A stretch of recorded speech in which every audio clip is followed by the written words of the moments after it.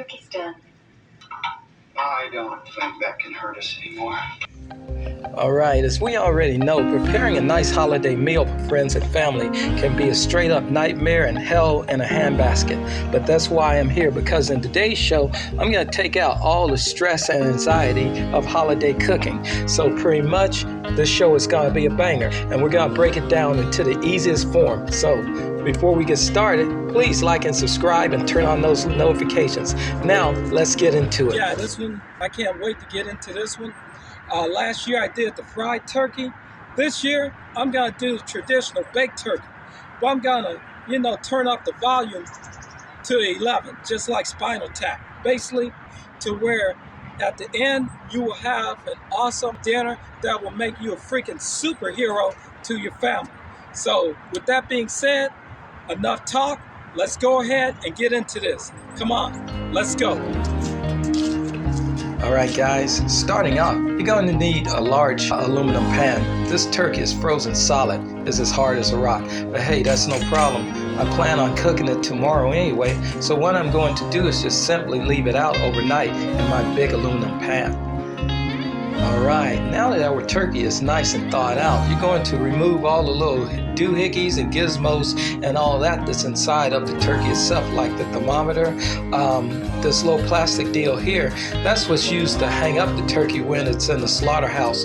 But you know what, I probably shouldn't have told you that. But anyway, let's go ahead and get back to the subject at hand, and that's removing all of the plastic and items that come with the turkey, and that includes the gizzards and the neck inside also. And after this is done, what we're simply going to do is just go over to the sink and just give our bird a nice thorough wash.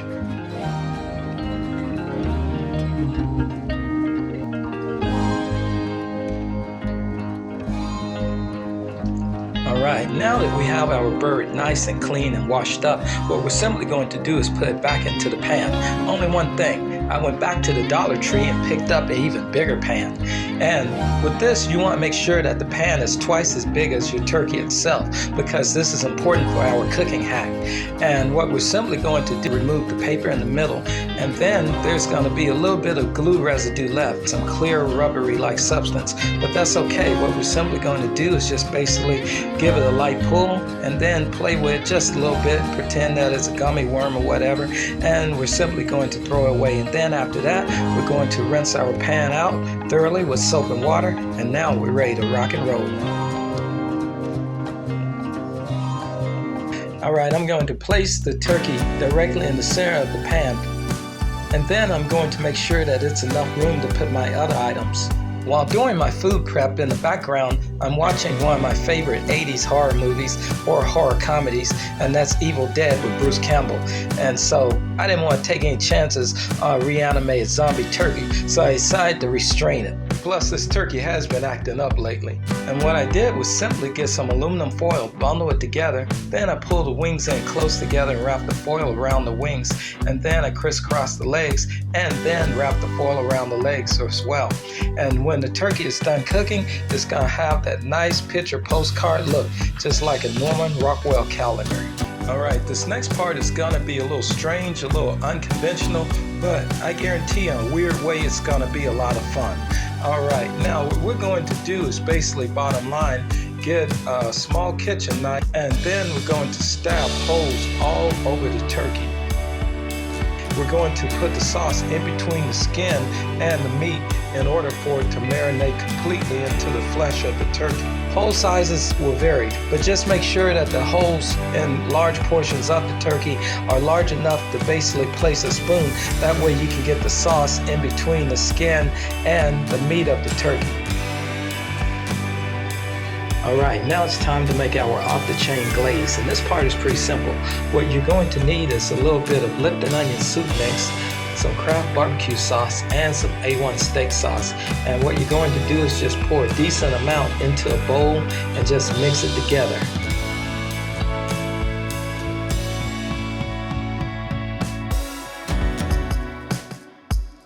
And after this is done, what you're simply going to do is just pretty much pull the skin away from the turkey itself, and then you're going to get a spoon and pour the sauce into the holes that you just made with the knife. And then you're just going to give it a light rub, just like you're giving the turkey a good old-fashioned massage.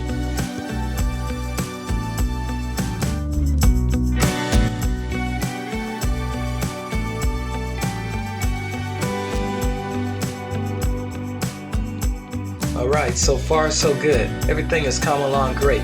Alright, now it's time to switch things up and stop thinking like a cook and more like an engineer.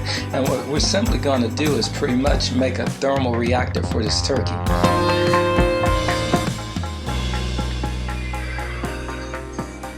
No, not that kind of thermal reactor, but it's going to work pretty similar. Basically, bottom line, just like in a nuclear reactor, and steam has that potential to pretty much not only make pressure, but also make a whole lot of heat, and that's heat from the inside. And this part is easy. The only thing that we're going to do is get a sparkling soda water and basically open it. Drink a little bit out of it if you can, and then wrap it with aluminum foil.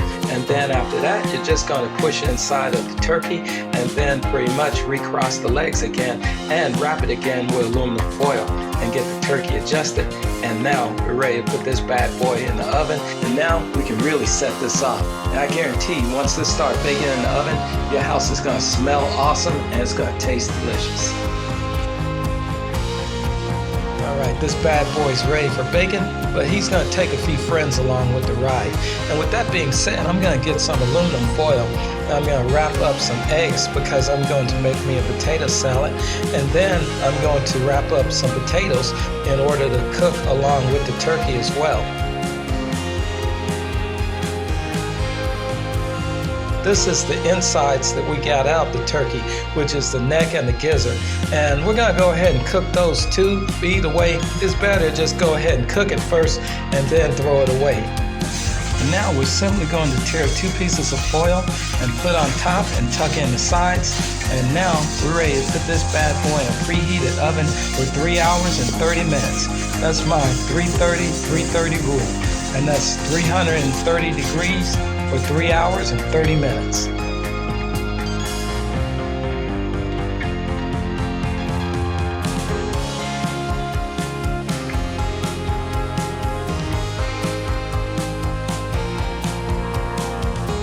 And while my turkey baked, I immediately put the remaining glaze back into the refrigerator because we're going to get it out and use it halfway in the middle of the roasting process. Now I'm going to do a quick little kitchen cleanup and finish watching Army of Darkness.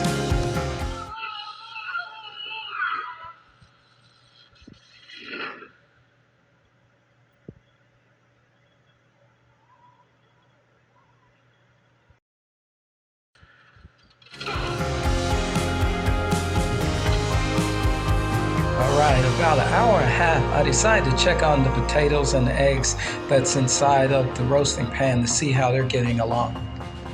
I carefully took the roasting pan out of the oven. The first thing I'm going to check is the potatoes. I carefully opened up one of the potatoes and basically it was super hot. But then I got a fork and gave it a final test and everything was running along good. The potatoes were nice, moist, flaky, and cooked through and through. Then I decided to open up the rest of the potatoes. Alright, now it's time to check our eggs. The first thing that I'm going to do is just pretty much unwrap the eggs and then plate them. And then after that, I'm going to get a fork and just give them a little bit of a smack in order to get the shell broken. Then after that, the eggs are a little hot, so I'm just going to cool them down by running some water on them. Basically, bottom line, you want to get the shell off when the eggs are still warm. If you wait too long for the eggs to cool down, then basically you're going to have a tough time removing the shell without taking a large chunk of the egg with it. And of course, checking the egg, you want to make sure that it's nice and cooked, which we already know it is because it's been cooking for over an hour. As you can see, the egg is a nice, beautiful yellow color, and it looks just like a nice Easter egg when you were a kid with salt and pepper. Yeah, here's the one with the gizzards and the neck. What we're simply going to do is just basically get a paper towel, put it on the paper towel, and put some salt and some garlic on it in order to throw it away. Because garlic not only works great for killing vampires, it also keeps roaches and maggots away also. Alright, now I'm going to start prepping my potato salad. The skin should just pretty much almost fall right off.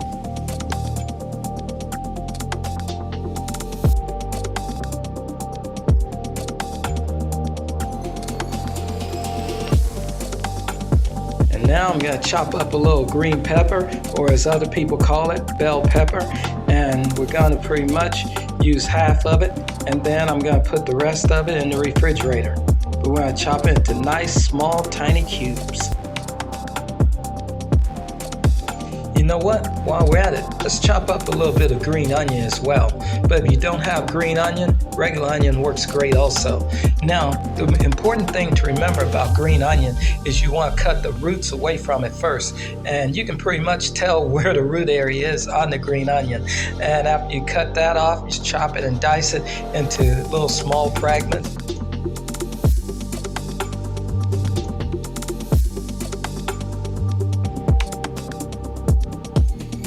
Let's get those eggs chopped up also. Alright, now I'm going to chop up a little bit of celery. Now the celery is for the dressing that I'm going to make later, but I'm going to put a little bit of it in my potato salad just to give it that extra kick. Just like the onion, you have to cut off the root part or the base of the celery. Again, this is optional. You can either put it in or you can leave it out, but either way, it'll still taste awesome. Alright, now it's time to add the secret ingredient. That ingredient will pretty much pump the volume up to 11, and that is apple. You're going to get a much better result if you add, chopped apples to your potato salad. And the choice is optional. You can either peel it like what I'm doing now, or you can just pretty much chop it up into cubes and add it in. Just as long as you take out the core and the seeds, you're good to go. Alright, now it's time for me to get my world famous potato salad started. And what I'm simply going to do is just get a dinner fork and just smash the potatoes into small, light, flaky chunks.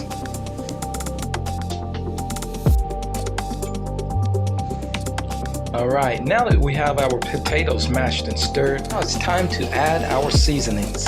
And the first seasoning that we're going to add is a few sprinkles of garlic salt. Then next, we're going to add half a package of Lipton onion soup mix. But if you want to use the whole package, that's fine too. A few sprinkles of cinnamon, basically just one dash, a little bit. And then a little bit of basil. Alright, a whole lot of basil. Hey, what can I say? I like basil. And just a little bit of parsley. And just a few sprinkles of red pepper, and then a dash of cumin, just a little bit.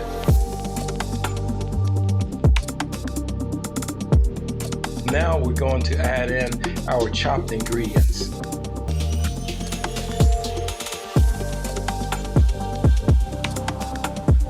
And then just mix these all together lightly. Alright, there we go. Now we're going to add a little bit of mustard and some salad dressing. Me, I'm going to use this hot and spicy salad dressing just to bind the whole thing in. And now, here we go. Pete's awesome, flavor-punching potato salad. Oh yeah, there you go. Alright, potato salad is done. Now it's time for me to give it a little taste test. Oh yeah, that's it. Then I decided to put it in the refrigerator until the rest of my meal is done.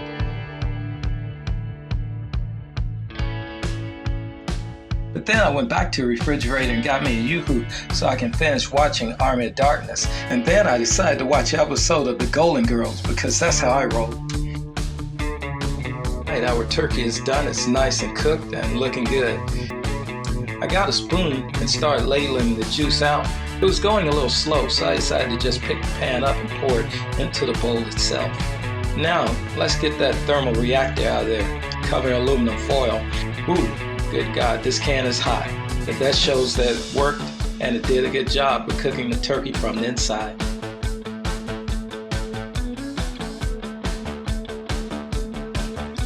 Alright, now it's time to add the remaining portion of our sauce on there in order to get it glazed up. Yeah, this part is extremely important because what this is going to do, we got our flavor going under the skin. Now we're going to get that nice golden brown texture on the top.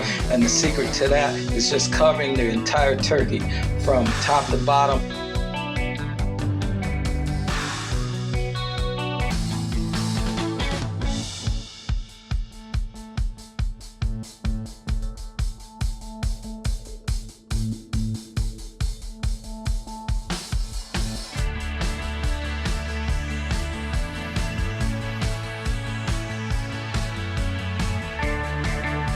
Alright, now let's get this guy back into the oven. Alright, since this is going to take about 20 or 30 minutes to bake to get the glaze set in, I decided to do a quick cleanup.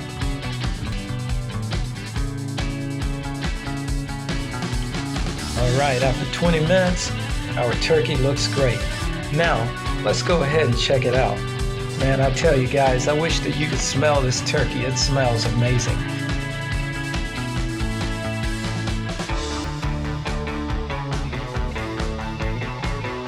Alright, our turkey looks good and smells good. Now, let's see how it tastes. Yep, there it is. It's nice, flaky, and the meat itself is paper white. Now let's give it the ultimate test, and that's a taste test. Yep, there you go. It passed with flying colors. Alright, now let's move on to our dressing. Yeah, we're going to start on our stuffing or dressing. It just depends on which part of the country you're from. First thing that we're going to use is our good old-fashioned stovetop stuffing mix. Now, the main part of this is going to be our dinner rolls, or pretty much basically bakery roll. Now, you can buy these from your local supermarket for under $2 or $3. Right now, I'm going to cut them in half, and then I'm going to cut the middle out, and I'm going to lay it out in this pan and get it toasted on both sides. That way, I can mix it with the stovetop in order to basically, bottom line, get this stuffing done the right way. Excuse me, get this dressing done the right way. Alright, now we're going to just microwave our turkey broth until it's nice and hot. And then after that, we're just going to carefully pour it into the bowl. We're going to add the rest of our chopped ingredients. The purpose of our toasted breadcrumbs is to basically stabilize the stuffing so it isn't mushy and soggy. And then after you pour our broth into the bowl, you're simply going to give it a few stirs. We're going to add just the rest of our Lipton onion soup mix, and pepper seeds, and just a little bit of parsley, and a few sprinkles of cilantro, a little bit of onion salt, just a touch of basil, if you got it. If not, it's all good. It still tastes delicious.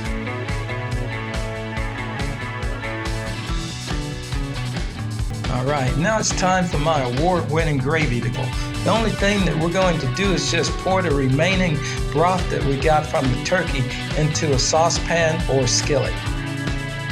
But if you pretty much used all of your broth on the stuffing or whatnot, no problem. Just go ahead and just scrape a little bit of meat from underneath the turkey on the back portion and then put it in the skillet. Add a little bit of water and let it simmer for about 5 minutes, and then we can proceed on to making our gravy.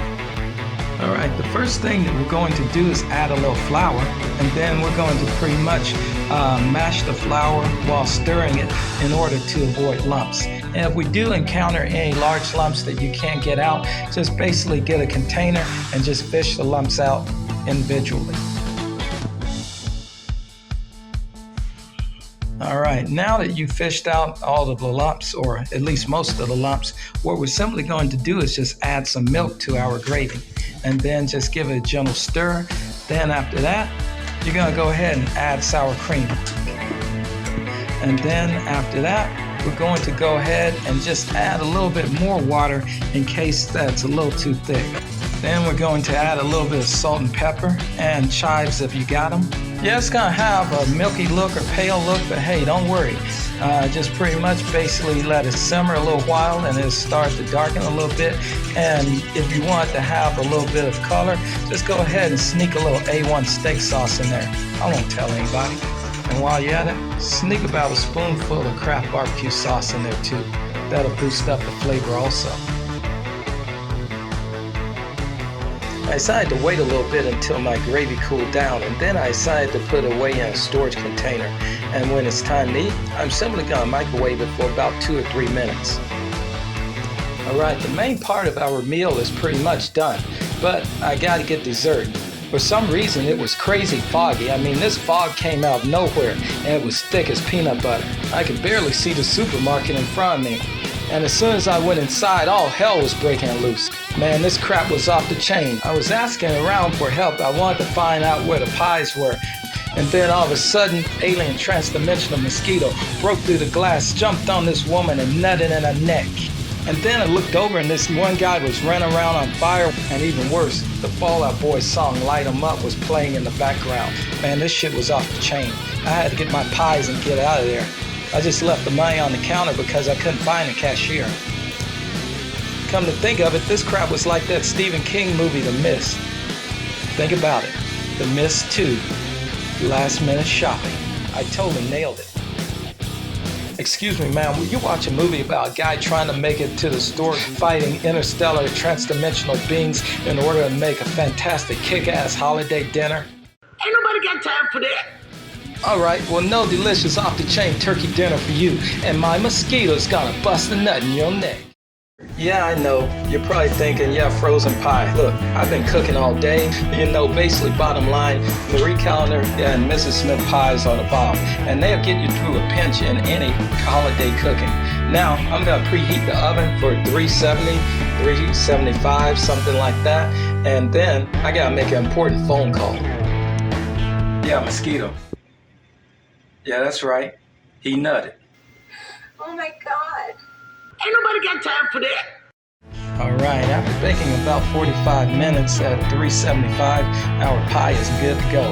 We're not done yet. We're going to pretty much butter it up. Just put little chips of butter on top and just slowly, lightly, just glaze it over the top surface of the crust. And then after that, we're going to pretty much finish it up by just sprinkling a little sugar on top. And that's going to give it that nice homemade look that people swear that you spent hours in the kitchen making. You know what? While we're at it, since the stove is still hot, let's get some pretty much dinner rolls in there and bake them. And then after that, we're going to glaze them with some butter also. Alright, I think our dinner is made. Everything is ready to rock and roll. Alright, there it is. A feast fit for a queen and king. Let's get ready for dinner. Now, while I'm eating, of course, you know I gotta have a good movie. And you know this was gonna happen. I got Deadpool and Wolverine, and also Tipping Up the Hobbit, Unexpected Journey. I enjoy watching it during Thanksgiving and Christmas. And then I remembered I had to make another important phone call. Yeah, Mrs. Williams? Yeah. Yeah, your husband, he's not coming back home. Yeah, he says that he's in love with a pterodactyl. Yeah, no, not a woman, a pterodactyl. Yeah, he said they developed a strong relationship. Yeah, he got his back blown out.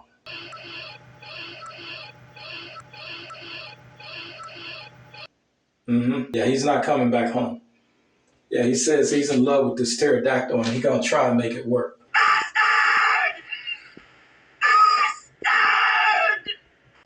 Yeah, the pterodactyl broke him off like a Kit Kat bar. All right. Yeah, I'm sorry. All right, guys, this is my little sample plate that I hooked up to show you that pretty much basically everything turned out perfect. Now, don't let this plate fool you. I'm just doing this for video purpose. This is a little, kind of sample thing that I put together just to give you guys a live taste test. But as soon as the camera goes off, I'm gonna F crap up. I'm gonna tell you now. I'm gonna go to town, then I'm gonna go back home, then I'm gonna go to town again. Yeah, everything is good.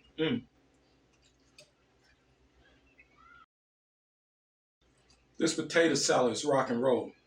Now, you don't have to put the apple in there like I did, but the apple kicks it up another notch. It's already good. It's at a good solid 9, but the apple kicks it all the way up to a solid 10. And then also too, the turkey, nice. Look at that, flaky, tender. And you can eat it, in a traditional way like this, which is good. Or the next morning, or the following afternoon or whatnot, if you want to make a nice turkey sandwich. Hey, this tastes even better with turkey. Then the rolls. Now, the way I like to eat these rolls is pretty much, I like this. We say in the South or wherever, I like to sop them in the gravy. Now I'm going to try a little of this dressing, stuffing, wherever you want to call it. I call it dressing. And that's off the chain too.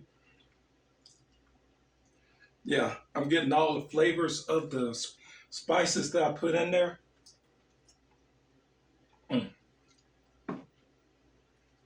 Yeah, I had to wash it down a little bit. It's got a perfect texture to it, but the main thing is not soggy. It has a nice texture to it when you eat it. Because one thing I hate is a real soggy dressing. I'm not a big fan of it.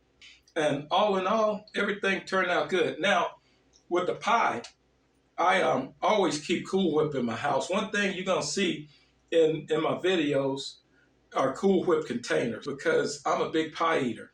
And regardless if it's pumpkin pie, sweet potato pie, apple pie, always got the Cool Whip to go with it. So all in all, I got to say this, it was great. And thank you for joining me today. I really appreciate it. You and your family and your loved ones. I just want to leave you with this. And this applies definitely now. I always say this in every video, but I really want you to stick with it. This video. If it ain't good, don't do it. If it's bad, don't say it. And I'm going to pretty much tear this plate up. I'm going to get me another one. Take care. God bless. I'll see you in the next video. Take care, guys.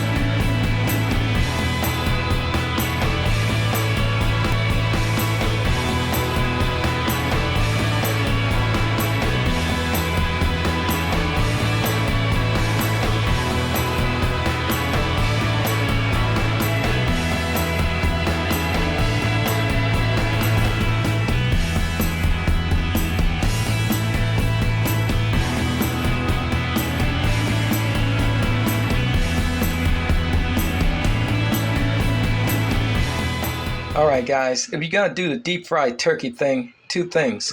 Make sure that you do it outside, and then also too, make sure that the turkey is dead. Ain't nobody got time for that. A pterodactyl. Yeah, a pterodactyl.